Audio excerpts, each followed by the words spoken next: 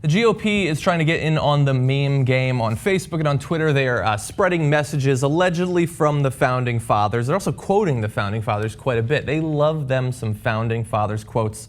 Unfortunately, they don't really know the first thing about what the Founding Fathers actually said. The Constitution is not a tool for government to restrain the people. As Patrick Henry said, it's an instrument for the people to restrain the government. Quote, "The Constitution is not an instrument for the government to restrain the people. It is an instrument for the people to restrain the government." Mr. Speaker, in closing, I'd like to quote Patrick Henry. He claimed the Constitution is not an instrument for the government to restrain the people. It is an instrument for the people to restrain the government. He had one quote where he said the Constitution is not an instrument for the government to restrain the people. It is an instrument for the people to restrain the government. Patrick Henry wrote that the Constitution wasn't given or written or put down to restrain you. The Constitution was to restrain us. I believe, like Thomas Jefferson, that the government that governs least governs best. Forefathers, the kind of a government that they envisioned was stated by Thomas Jefferson when he indicated that the government which governs best is the government which governs least. We've got to be about 1,000,000 miles from that dream of Thomas Jefferson. For Thomas Jefferson said, "My reading of history convinces me that most bad government results from too much government." I refer to Thomas Jefferson. When the people fear their government, there is tyranny. When the government fears the people, there is liberty. Thomas Jefferson said, "When the people fear their government, there is tyranny. When the government fears the people, there is liberty." Thomas Jefferson said, "When the people fear their government, there is tyranny. When the government fears the people, there is liberty." Thomas Jefferson once said, "When the people fear the government, there is tyranny. When the government fears the people, there is liberty." And as Thomas Jefferson once said, "When the people fear their government, there is tyranny. When the government fears the people, there is liberty." From Thomas Jefferson. When the people fear the government, there is tyranny.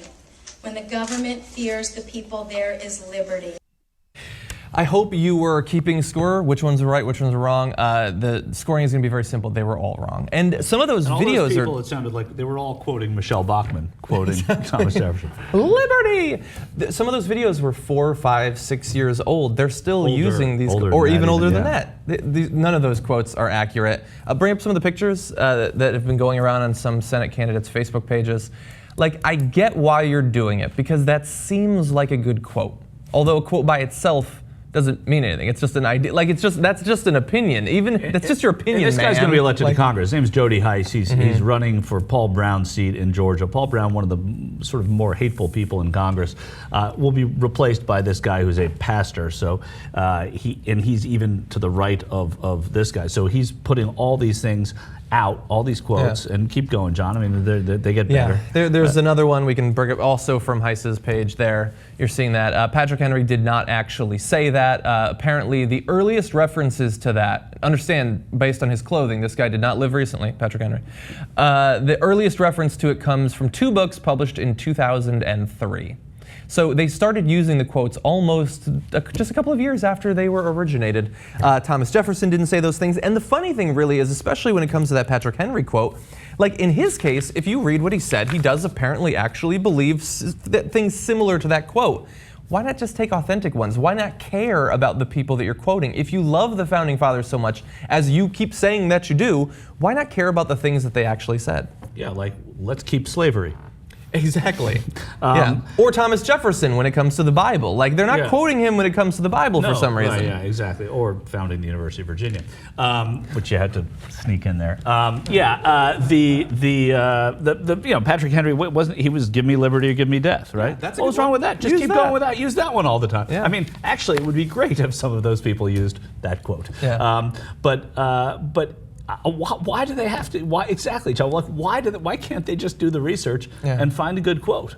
I don't know. I mean, Thomas Jefferson did not stop writing. He wrote and wrote and wrote and wrote and wrote. There's so much stuff you could put out that he actually did say. Yeah. That to go with this stuff is kind of weird. And specifically from Thomas Jefferson, like the stuff that he said about, you know, this not being a Christian nation and things like that. Right. Yeah, the reason that we focus on that is I think, like, psychologically, there are a couple things to bear in mind. One is that if you say that something is a quotation, like if you just say something to someone versus saying that it's from someone else, typically if it's attributed to someone else, they will believe it. It seems more reputable. There have been tests of this, and apparently they do actually believe it more. And especially if it's someone like Thomas Jefferson, that the vast majority of the people listening to you or reading or seeing that image are not going to have done any reading on their own of. It just seems sort of reputable and trustworthy. And secondly, like, you shouldn't, psychologically, there's no reason that just because Thomas Jefferson says something, you should believe it. I mean, he was a very educated man. They produced some very amazing things in terms of our Constitution and the government that we have, but they were not gods. There's no reason for us to worship them. Right. And it does seem like on the other side, on the right, they do tend to see these people as, if not gods, then demigods. Even if they don't agree, if they were to read what these people actually said, they would not agree with many of the things they said. But they have to pretend as if they were larger than life. They're just men. There were tons of problems. Why do you think we had a Bill of Rights afterward?